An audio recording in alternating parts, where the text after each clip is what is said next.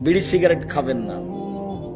তিন শ্রেণীর মানুষের ইবাদত কবুল হবে না। তার এক শ্রেণীর মানুষ যারা বিড়ি সিগারেট খায়, নেশা দ্বারা দ্রব্য পান করে।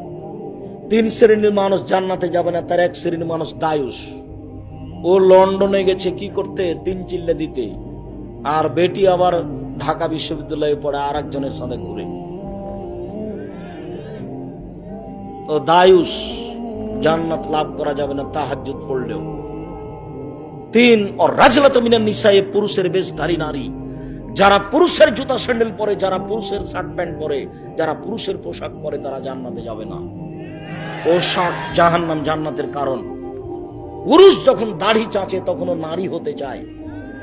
তারপরে অভিশাপ, তার উপরে অভিশাপ। দাড়ি ছেড়ে রাখেন, পুরুষত্ব শক্তি বাড়বে। দেখে পুরুষ পুরুষ লাগবে, দাড়ি চেঁচে লাগলে বেটি ছেলে নারী নারী লাগে। কাজে পুরুষের পরিচয় দিবেন। তিতা লাগুক আর মিঠা লাগুক, সিদ্ধান্ত এটাই।